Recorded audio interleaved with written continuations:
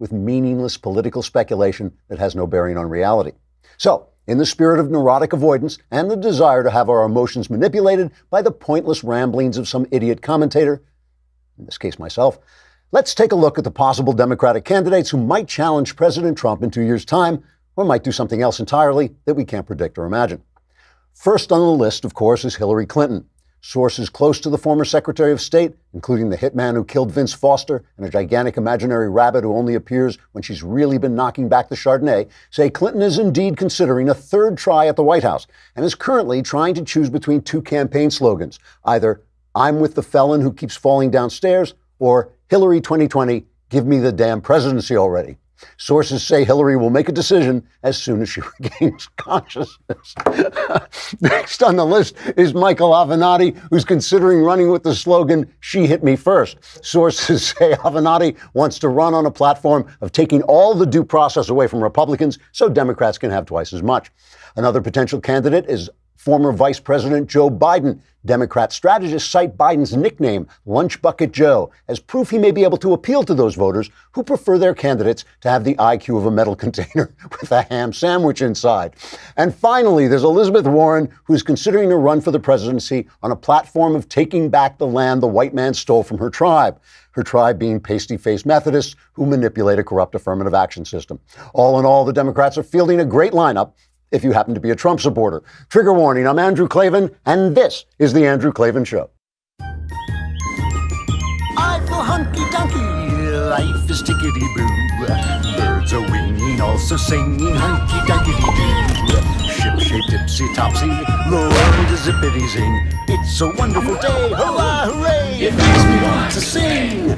Oh, hurrah, hooray! Oh, hooray, hurrah!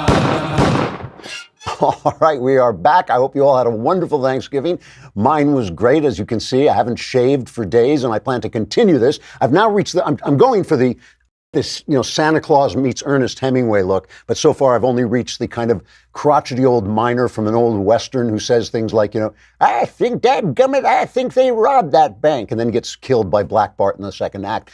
Another Kingdom is out, the next chapter of Another Kingdom, performed by the perfidious Michael Knowles. Today, subscribers get exclusive access to episode 8, titled The Darkest Hour. That means there's only 3 episodes left, so get on the train. If you're not a subscriber, you won't be able to watch these new episodes of season 2 until Friday. So what are you waiting for? Head on over to dailywire.com and subscribe to watch the first and second seasons of Another Kingdom. Also, by the way, the Lefties Dictionary is now available, and today is Cyber Monday, so there's a real cut in price. It's just a beautiful, beautiful edition. It's got all the stuff that was in the videos and much, much more. So, and plus a picture of me on the cover, which, that'll take down the price right there. Man crates, if you have had this conversation over the holidays where you say to your husband, what would you like for Christmas? And he says, I don't know. Then you're probably my wife. And it's a hard thing to get guys to tell you what they want, because guys don't know what they want until they see it. So, but with man crates, you get everything. You get a wonderful wooden crate that you have to pry open with a crowbar.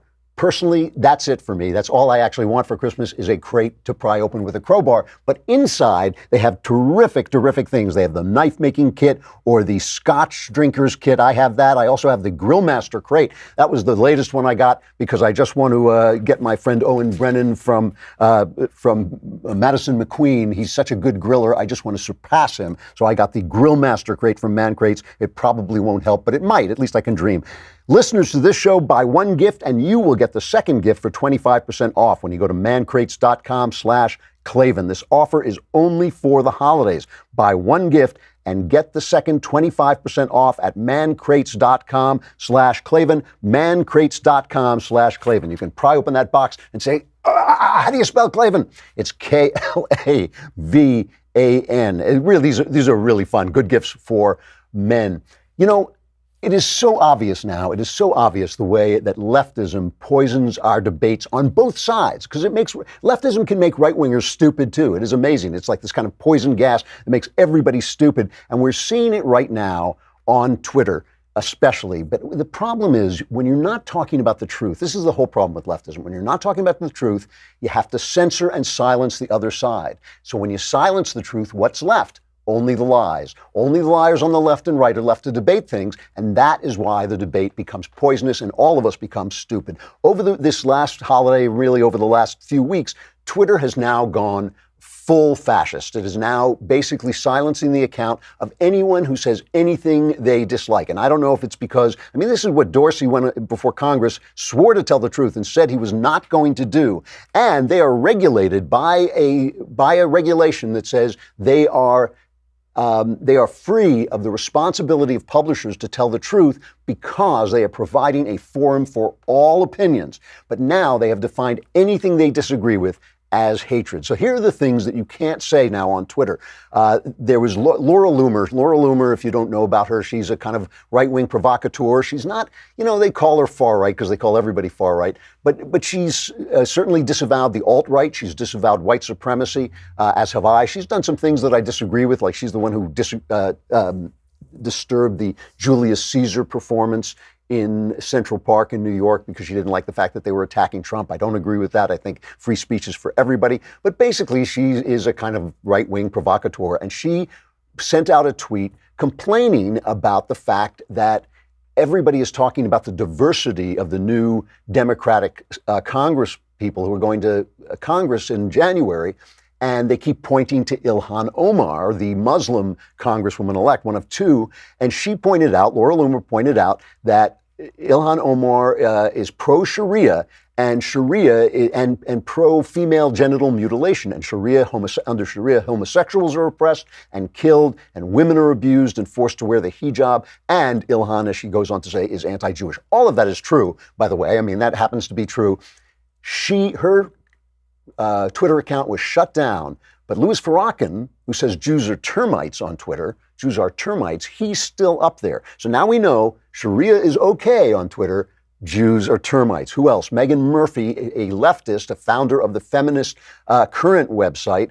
She's been suspended for Twitter. She says she's a socialist, she's a radical feminist, but she points out that men aren't women, right? That transgenderism may be a phenomenon, but that doesn't mean that just because you feel, man, I feel like a woman, doesn't mean, man, you are a woman. It just means you're a man who feels like a woman, or possibly you're Shania Twain.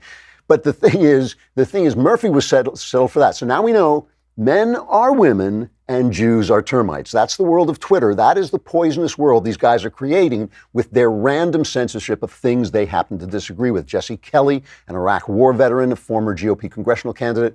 Also, he's a guy who, he plays a part, kind of like me. He says funny things and he twits on Twitter, or vice versa. He tweets on Twitter. He tweaks the left by saying funny things, and if you're a right-winger, you think he's funny, and if you're a left-winger, you don't.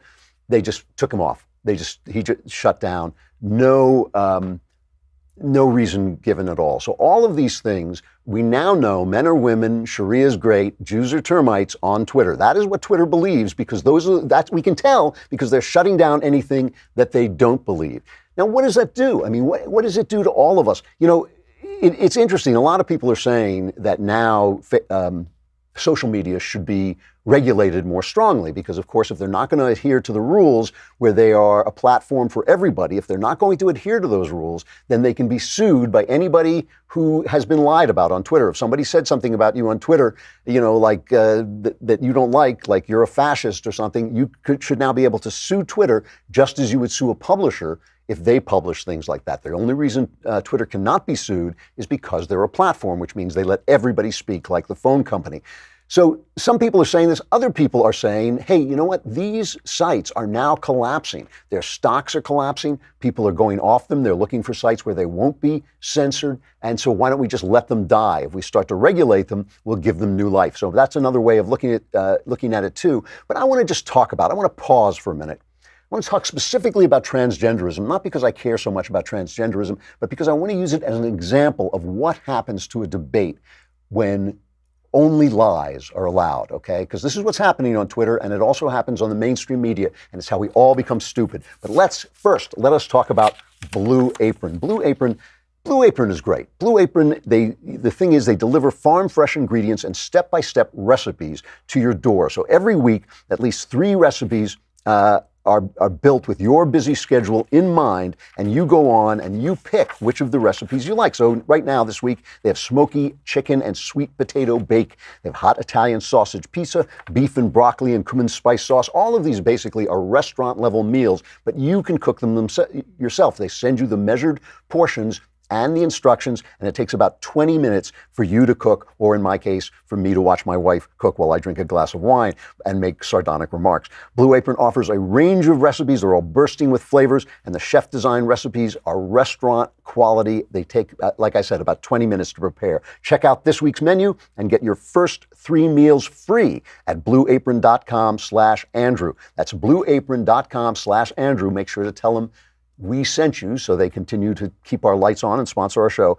Also, so you will get your first meal, 3 meals free. That is pretty inexpensive. What else can I do besides offer you free food? Blue Apron is a better way to cook. Let's talk about transgenderism for a minute. There is no question that there is such a thing as people who feel uncomfortable in their skin, in the gender they were born. Men are born, and people are born either male or female. It's the first thing every mom wants to know. Is it a boy or is it a girl? Dads too. That's the first thing we want to know, because it's a different life. Men and women have different kinds of lives. Human lives, lives in the image of God, but different. Now, traits are spread out. Like, think of them like little dots spread out on a spectrum. Most of the male traits fall with men. Most of the female traits fall with women. But, there's a range. And all men have some female traits, unless they're just absolute psychopaths. Same thing with women. Women have traits that are mostly associated with men.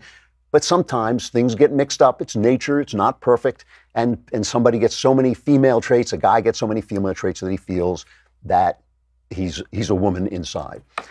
Listen. We admire manly men and we admire womanly women for obvious reasons, right? The world depends on them. The world depends on men who can protect women, men who can support women, men who can support and protect their children, and women who care for and nurture their children. So we like tenderness and nurturance in women, and we admire strength and responsibility in men. Those are things that we admire because they make the world go round. They are central to human life. Those traits, manly men and womanly women, are central to human life, and that's why we admire them. But just because something is not central doesn't mean we have to condemn it. Some things outside of the center are good, like a genius musician is not a normal person, right? But we love that. Some things outside the center are bad, like a serial killer. Most people are not serial killers, but that's bad. We have to make judgments in each case. And obviously, if somebody is not hurting anybody, but he's out of keeping with his sexual orientation or his body, it's none of our business. It's nobody's business. The world is filled with tragedy, filled with pain, filled with hatred and meanness. The least we can do is extend our love to people who might be in some kind of discomfort or psychological pain. It is not a lot to ask that we can be kind about this. You can have and express, or should be able to have and express, any opinion you want. If you're a small-minded person and you think, he thinks he's a girl, so he's going to hell, that's fine. That's not what Jesus says, by the way, just saying it, just pointing it out. But the thing is, I think for most of us, we just want to be tolerant of people with their problems. We all have problems. We all have dysfunctions.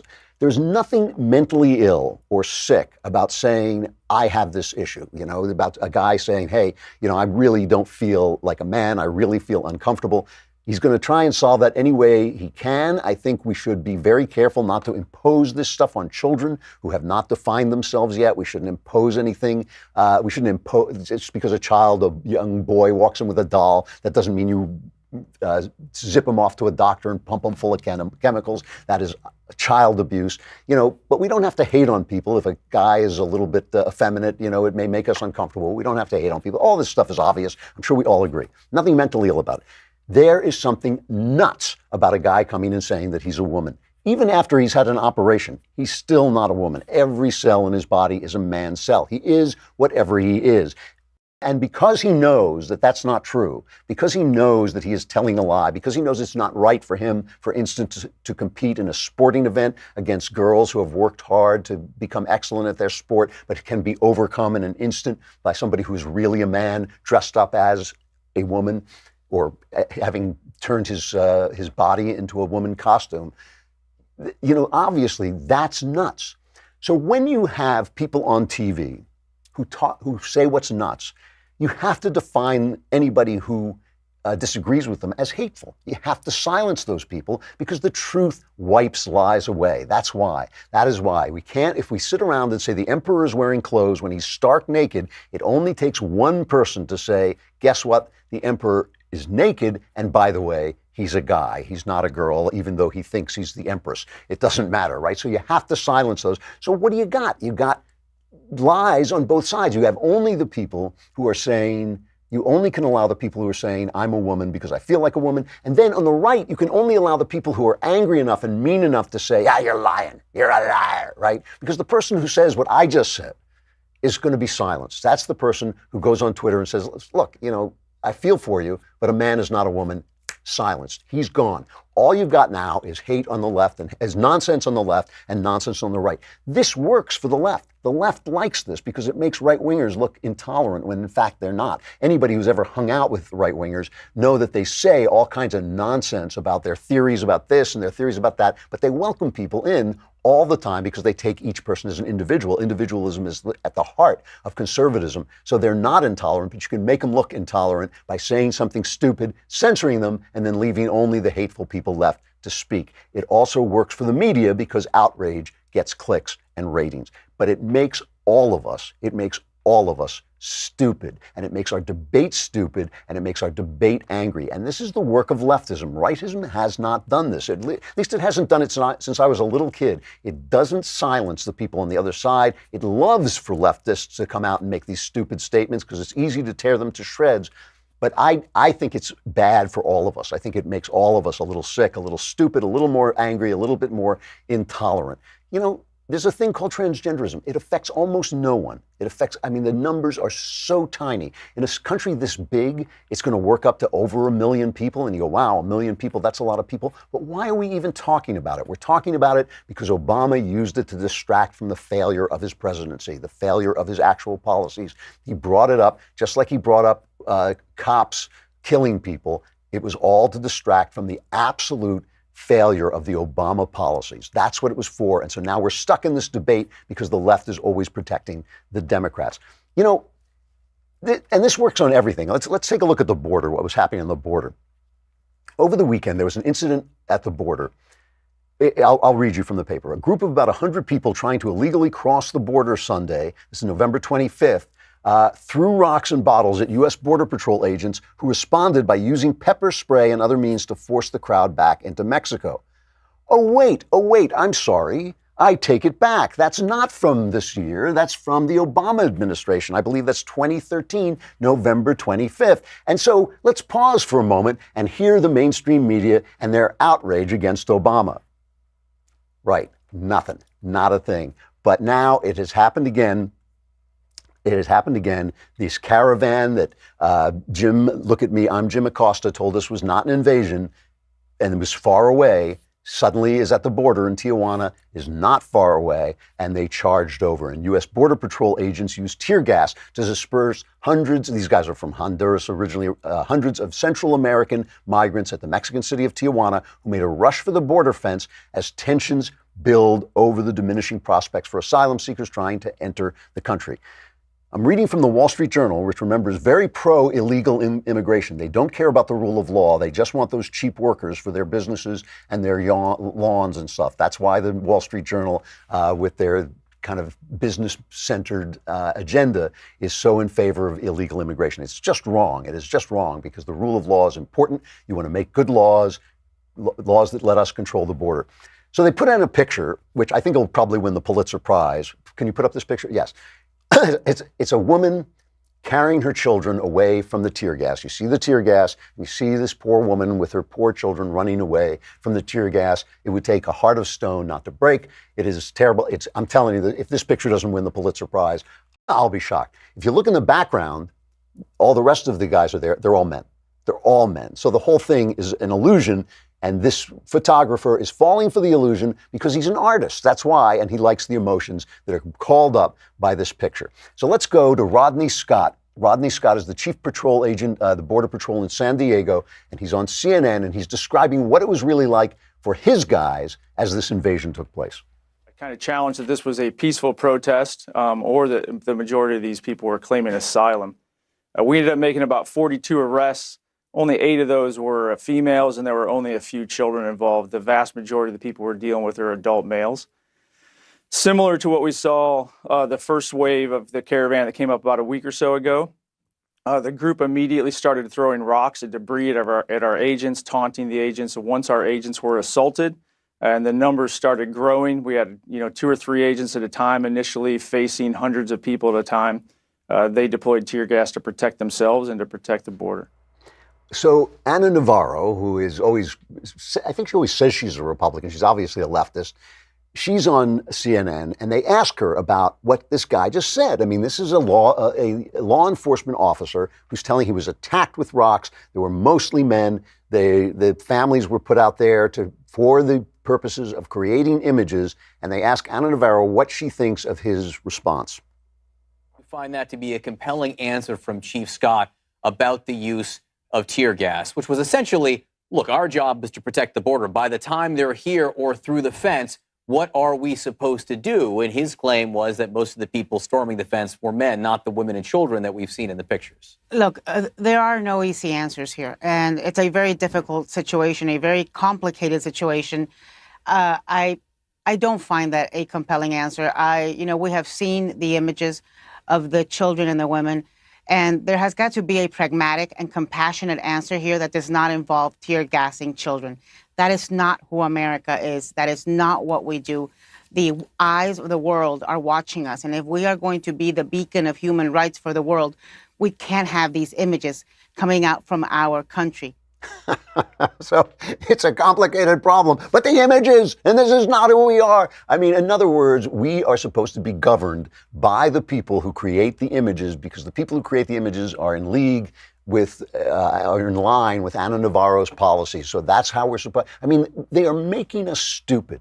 They're making us stupid because it puts you in this position where you just want to say, like, oh, shut up. This is ridiculous. And it makes you more prone to fall for the narrative that all these people are bad people. I don't think all these people are bad people. I think that illegal immigration and mass shiftings of people are a big, big deal. When you look back, just a quick history lesson, when you look back at the fall of the Roman Republic, I'm not talking about the fall of the Roman Empire. That was much, much later. I'm talking about the fall of the Roman Republic.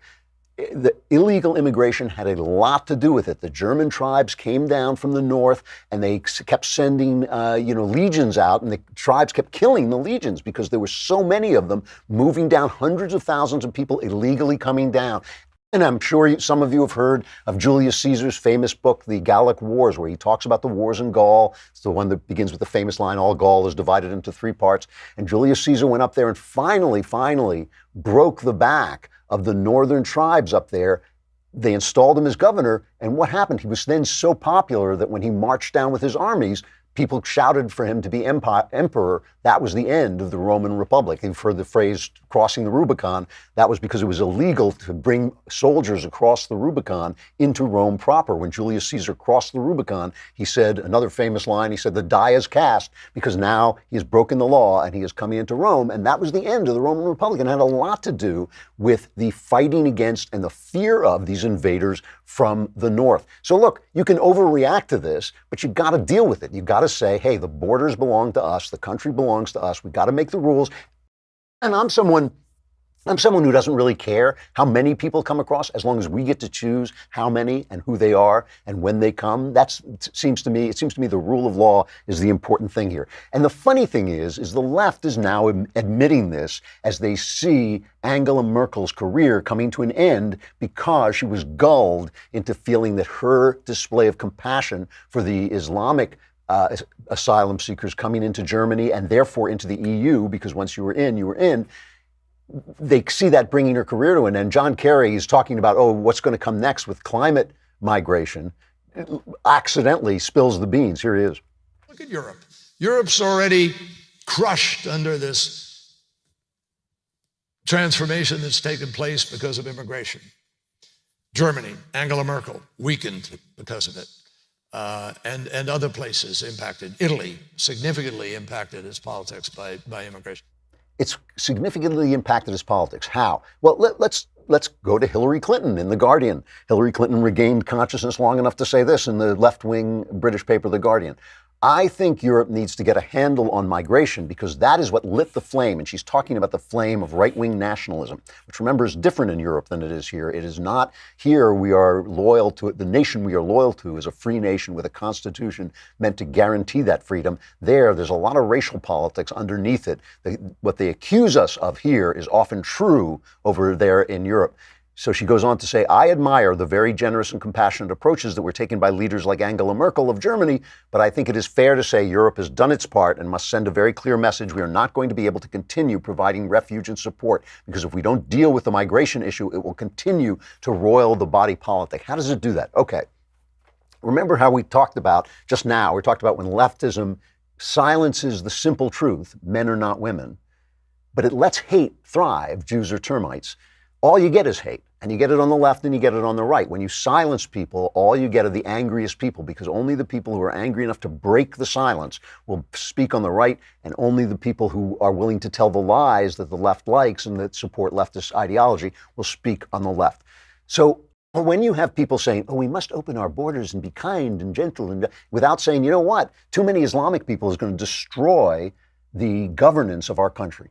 Too many Islamic people who have a philosophy, a religion that is antithetical to Western values, too many people coming in at once like that who can't be assimilated and can't be convinced of joining the party here in the West, that is going to be damaging.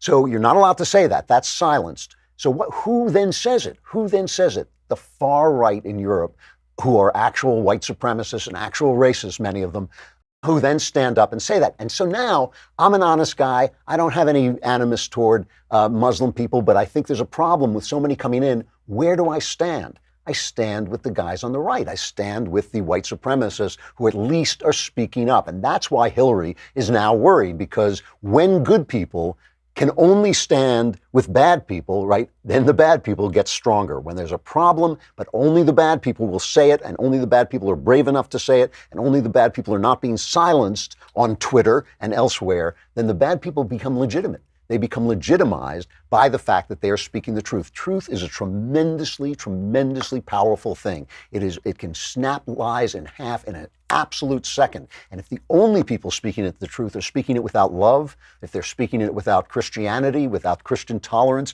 Judeo-Christian tolerance, then those people are going to have the power of the truth in their hands. Silence the truth, and the people who have the power of truth are not going to be the people you think. They're going to be some very, very bad people. There should be a lesson to Twitter. Jack Dorsey should wake up. He is doing exactly the wrong thing. What he's doing is fascist and Orwellian, and it is absolutely damaging to the body politic. I know he thinks he's doing a good thing, but he is actually doing something really, really evil and really, really destructive. We have, talking about evil and destructive, we have Michael Knowles coming up in just a minute. Let me remind you that the new Another Kingdom is now available for subscribers. The Darkest Hour, which is number 8, so there's only 8, 9, and 10 are left, so you want to see it. And it's just, if you're a subscriber, it is just so beautiful. The stuff that they've done visually, it is just great. And speaking of beauty as well, Michael Knowles is in it. And also the Lefties Dictionary, which is on Amazon at a cut rate price for Cyber Monday. I don't know how long that discount will last, but right now you can get it. It is a beautiful, beautiful volume made by Cynthia Angulo and Rob Sterling, here our producer. They did a great job putting it together. It's got all the words so you will understand what the people who don't know what they're talking about are talking about. All right, we got Michael Knowles coming up. Come over to dailywire.com and subscribe. It's $10 a month. For $100, you get the whole year, the Leftist Tears Tumbler. You can be in the mailbag, have all your questions answered. You get Knowles, you get Shapiro. What else could you possibly want? Come over to dailywire.com.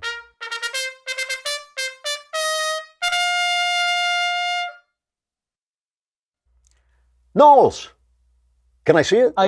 I finally see you from across the country. I'm out of that office so much now. We have to Skype in via all the satellites. I feel like we're 3 years ago again. What is going on? Why are you traveling around so much? Well, because Ben won't let me back into the office. That's the main. That's the proximate cause. I knew there was something I liked about that guy. Yeah. I'm giving a couple speeches down in Florida at FSU and at Embry. So if you're in the Florida area, come by and check it out. And you know what I did this morning? Because it's been kind of a wild ride. I've been doing all these things. Is I woke up early and I went and saw The Front Runner this very morning. I was just about the only person in the movie theater. And thanks a lot. I have a lot to do. I have to write all these speeches, and you've wasted my entire morning on this. It was bad? Was it bad? No, it's a movie that never had to be made. Well, you have to tell people what it's about first, so because not everybody remembers this. Nobody remembers this. If there was anybody less deserving of a movie about him than Gary Hart, I'd like you to point him out for me. Gary Hart was the front runner in the 1988 Democrat primary before it began. He was a senator from Colorado. He first ran for president in 1984. He got beaten by Walter Mondale. That's about all that you need to know. Very famously in 1984, Walter Mondale, the man who Reagan beat by all of the states. He was such a dynamic character. In 84, Mondale turns to Gary Hart, and he was echoing the Wendy's campaign ad, and he said, "Mr. Hart, where's the beef?" Because Gary Hart was basically a hairdo and a bunch of teeth and didn't have a whole lot of substance to him. So he becomes the front runner. He loses in 84. He becomes the front runner in 88. The trouble with this movie is that it never had to be made. Most books could be essays. Most essays could never be written. This movie could have been 15 minutes long. But that said, also Hugh Jackman was miscast because he wasn't nearly glib enough to be Gary Hart. Yeah, he got a lot of presence, Hugh Jackman. It's hard to make him seem. That's the trouble. Yeah. Hugh Jackman is far too substantial a person to play Gary Hart. Yeah. But there is a lot to enjoy here. The movie is essentially about how awful Democrat politicians and the media are, how just destructive and corrupt and undignified they are. So that's pretty enjoyable. You sort of think, what's not to like? I really enjoyed every moment that I was in watching the movie. The other trouble with it is that it takes Gary Hart's side a little bit too much. Wow. It tries to make him out to be a serious person, a thoughtful candidate, someone who was trying to preserve the dignity of never having his sex scandals exposed. Because this guy was a cad. He got caught famously on a yacht with a blonde lady sitting on his lap, and the name of the yacht was Monkey Business. he was planning, Senator Hart. I mean, one of the things about him is he was Bill Clinton before there was Bill Clinton. Everybody knew what he was doing. The press covered up, and it was only because he dared the press to come after him that they finally came after him. Well, that's right. This is a pivotal moment. Is they start asking a couple questions. Everyone knows that he's sleeping around, and he says, "Follow me around. Follow me around with a camera. You're going to be very bored." So they follow him around, and they catch his mistress walking out of his house. That part I think is pretty good. The film, the reason why it doesn't succeed, even though there's so much promise there, it's only got about 50% Rotten Tomatoes, critics and audience, and it just about deserves that. I'd give it a C, probably, maybe a C+. But the interesting thing about the movie is it delves into these central conflicts within the left. What do they do? I mean, we've been dealing with this between Bill Clinton and the Me Too movement. We've been looking at that major conflict.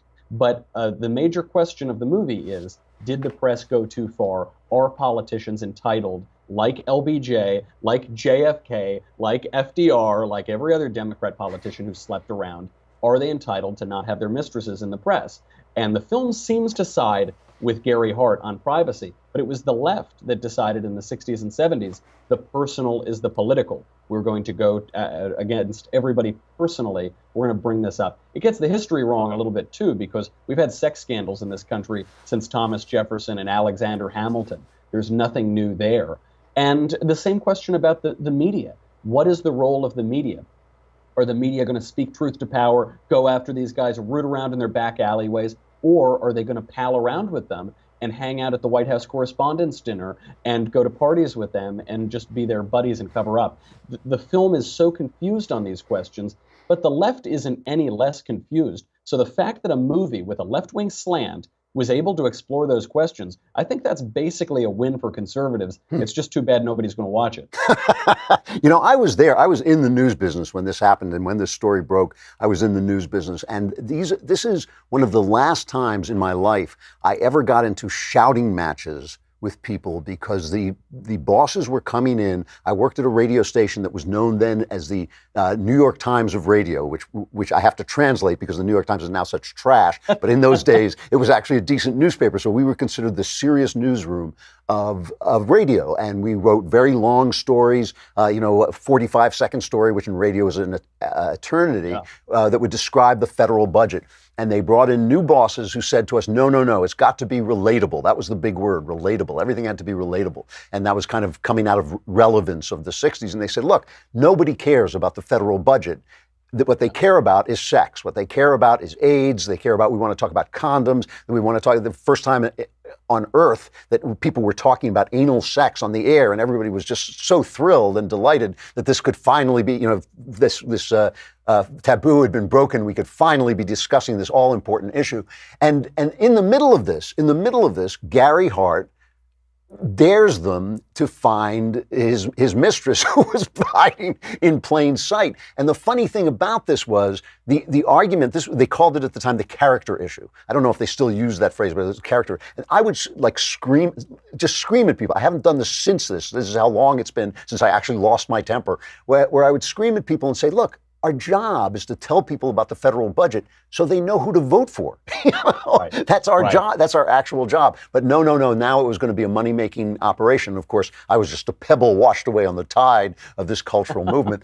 But the thing is, Gary Hart really stood for something. He stood for that moment when the press decided, we can sell sex if we call it the character issue. We can sell sex as an aspect of a person's character, that if you cheat on your wife, you have a bad character. Now, the only reason the press liked this, and I can tell you this because I was in the meetings where the bosses would tell us, is the only reason they liked it is because people like sex and they want to hear about it. So it was really not about character. It was not about politics. It was just about sex.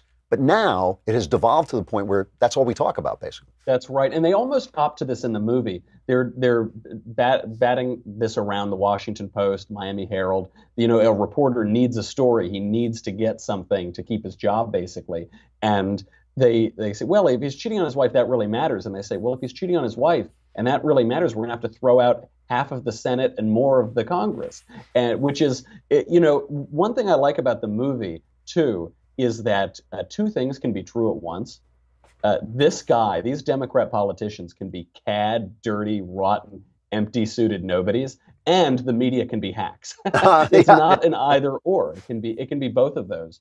And it does explore that moment because, as far as I can tell, the left does not have an answer about this. And whenever they're complaining about the degradation of the media, the degradation of our politics, maybe we can agree, but don't forget, they started it. That's right. And it does, it puts them in a bind, which if they dealt with it honestly, it would mean reforming their business. But they're not going to do that. If they said, well, wait, if we do this, we have to do it to everybody. But now, the Brett Kavanaugh thing was actually in some way Gary Hart's bastard child. If you can just, once you can just accuse somebody of something that happened allegedly 35 years ago without any proof, then you've gone way, way beyond the character issue into just pure human destruction. And at least with Gary Hart, they followed him and got pictures of his mistress on his lap. They never did anything like that. If you're a conservative, they don't do anything like that. They just accuse you and you're done. That's exactly right. Yeah. There's also a lesson here, I think, from Gary Hart and from Kavanaugh. They always focus with Gary Hart on how he never let anyone into his personal life. Obviously not. He'd separated from his wife at times. He had these mistresses. He didn't want people to come in. He was a little bit more old school senator. He just wanted to smile and be a hairdo and spout his talking points. But when you see someone like Kavanaugh or Gary Hart, someone the public doesn't really know very well, then the media can spin the narrative, and maybe it's a true narrative, maybe it's a completely fabricated narrative, but it's in their hands. Whereas someone like Donald Trump, who says, I love cheating on my wife, I love sleeping with my friends' wives, it's one of the joys of life, it might be ugly, but it put him in control of that narrative. And in many ways, it's a product of this moment in the 1980s. It is funny, too, how Trump, in some ways, though Trump himself can be childish, he's really treating us like adults by telling us everything. You know, he says the quiet part out loud, and we just have to either take it or not take it. Another kingdom we should mention out today, the eighth. You know, this is coming to an end. This ends before Christmas, I guess.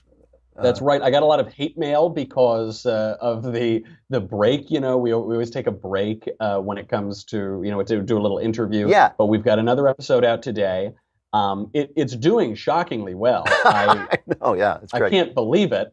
It's doing a lot better than this movie that I just saw, The Front Runner. I think we've got way more views than Hugh Jackman got, so that's a big win. It's a better story. It's been a lot of fun. I go to these speeches, and then people come up to me. They say, Michael, I love you. I love the show. I say, oh, thank you so much. Did you see last Thursday's episode? They say, no, not your show, stupid. Another Kingdom. So yes, tune in. you're much better. You're much better as Austin Riley than as yourself. Yes. Austin Lively. I'm sorry, I got my own character's name wrong. Do you have a show today? I do have a show today. What are you talking about? We are going to be talking about the two Americas that Brian Stelter is so upset about. Oh, nobody's talking about global warming just because illegal aliens are killing Americans. Can you imagine? Two Americas. All right. Well, travel safe, buddy. It's good to see you, and I'll see you when you get back. See ya. All right. Our crappy culture.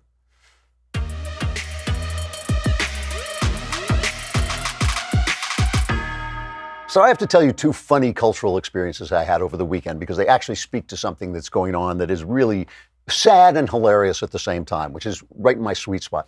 Saturday night, my wife and I went to the Getty Museum, which is a beautiful, beautiful museum, and it's open late at night on Saturdays, which is just great because the crowds are a little less and you can go and see their exhibits and have a nice dinner, and it really is a lovely, lovely place, and nothing I say about it I don't want to take away from that.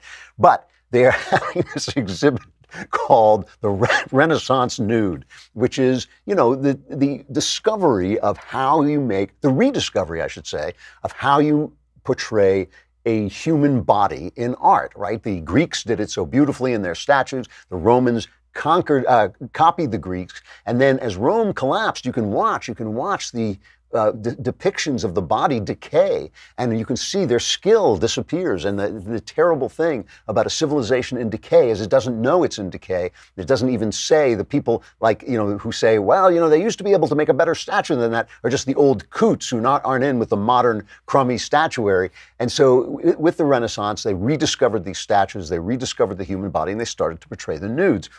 And a lot of these nudes, they started out because it was a Christian culture. They started out with men doing Jesus with his drapery over his midsection and over his loins, as they would say. But also they started doing women, and those got kind of sexy. And some of those were made for rich male patrons who wanted a picture of a sexy girl. And so they would take a biblical story, about Bathsheba in her bath, and they would do this kind of very sexy nude portrait of a beautiful woman. And as these became better and better, they became more and more attractive. So I'm listening I put on that headset thing where you can go on tour, and they had people from the museum talking in the headset about the different artwork. You would go to the artwork and press the button, and it would describe the artwork. So the guy, whoever, I don't know who he was one of the museum people, is saying, "This is a tremendously erotic painting. I very much enjoy it. Just the smooth lines of her soft flesh and the whiteness of her breasts." And you go like, dude, got that? And then you get the woman, and she comes on and she says, "We have to remember that it's problematical that these were men made by men for men, and the power dynamic is problematic." This feminist garbage. And all I was thinking was, in other words, the fact that men like to look at naked dames created some of the greatest work that humankind has ever produced, but feminism has created the ability to complain about it. So that's what you get. A little bit of erotic desire in men creates great art, and then the women complain, and that becomes like an artistic movement. And I bring this up because it is so much of the critical facility, so much of the critical speech. I've always talked to the right about the fact that we not only need to make movies and write books and start magazines and get involved in the culture, we also need to create the infrastructure for culture that brings praise to people who do things that are good, who do things that not just are beautiful, but also are beautiful and elevate humankind. It can be even something that looks degrading, like The Sopranos, which actually does elevate humankind by its wisdom and insight into the human condition, or it can be something that's just immediately beautiful, like Bach, the music of Bach. But the point is, we have no infrastructure to do that. They can praise and damn. So this movie came out. This movie came out called Widows, and I went out to see it immediately because it was co-written. The screenplay was co-written by Gillian Flynn, who I like. She wrote Gone Girl, and I've read all of her books, and I think she is a really interesting satirist. I don't think she's as good a crime writer as everybody thinks she is. I think her plots can be a little silly, but she's a really good satirist and picks on funny things in our time. Gone Girl, if you read it right, I think, is a satire of marriage. So I went out to see Widows, which is about a bunch of women whose husbands are criminals and they all get killed in a bank heist. This is the opening scene. And so the women decide that they are going to pull off the final heist so they have money, because they're left without any money. So the movie is not good. I mean, it has wonderful actors in it. Liam Neeson is in it, and all the women, every single woman who's in it is a woman that I've seen on TV or something and said, oh my gosh, she's good. Viola Davis, who was such a wonderful actress. And they were all great actresses. But it's a completely humorless, thick, heavy look at what is essentially a heist movie. You know, it's supposed to be about it's a bank heist movie with twists and turns. And instead of doing it for adventure and excitement and fun, it is just this heavy social justice nonsense without a single laugh in the entire movie. By the end of it, I was sitting there and I wanted to love it. You know, I like Gillian Flynn and I like crime movies. I was sitting there going like, are you kidding me? So let me read to you something from the Huffington Post. Widows, and also this thing got 90% on Rotten Tomatoes from the critics. Widows isn't making much money at the box office. What's wrong with you, America? That's the thing. So these two women, two HuffPost writers, Zeba Blay and Matthew Jacobs, I assume Zeba is a woman, Matthew is a man, they have this thing about it where they say, we're discussing this film, it sort of petered out in its opening weekend because people went to see it, but then they stopped because they saw it was no good. So he says, what the hell? And Zeba Blay says, what the hell? I'm so confused because this film has generally received amazing reviews and it stars Viola Davis and Liam Neeson. What more could you want? Part of me feels that what went wrong was, besides the fact that the Fantastic Beasts sequel hit theaters, that maybe people don't know what to do with a female-led, black woman-led genre film. Huh? What do you think? Oh, yes, says Matthew. Somehow people would rather see a bad Freddie Mercury biopic and a Mark Wahlberg comedy over a star-studded heist thriller that deserves a Best Picture nomination. If there's one thing Widows teaches us, that you can't trust it. I mean, this is the problem with an artistic and cultural infrastructure run by the left. It is all this complaining about the fact that the audience doesn't like a film because the film is not any good. The film is a failure. It's too bad. A lot of talent. Steve McQueen's a talented director. Viola Davis is a wonderful, wonderful actress. Liam Neeson is terrific. And all the women in it, I don't have the cast list in front of me, but all the women in it are just great. It's a bad movie. It's a lot of dynamite that doesn't explode. And so, but because the left owns the infrastructure, it's all our fault. It's America's fault. And because feminists are at the Getty Museum, they're making us feel guilty about the fact that men's erotic desires were repressed into making some of the greatest art of all time. It is an amazing thing. It is just another reminder. It is another reminder that we on the right need to pay attention and need to celebrate something besides G-rated Christian pablum in order to support the arts that tell the real story, that tell the story of life as it's really lived. We should really do it because it's so boring listening to these people. We would get much better art because of it. All right, that's it for me. I got to say goodbye, but I will be back tomorrow. Welcome back from the Klavanless Thanksgiving. I'm Andrew Klavan. This is The Andrew Klavan Show.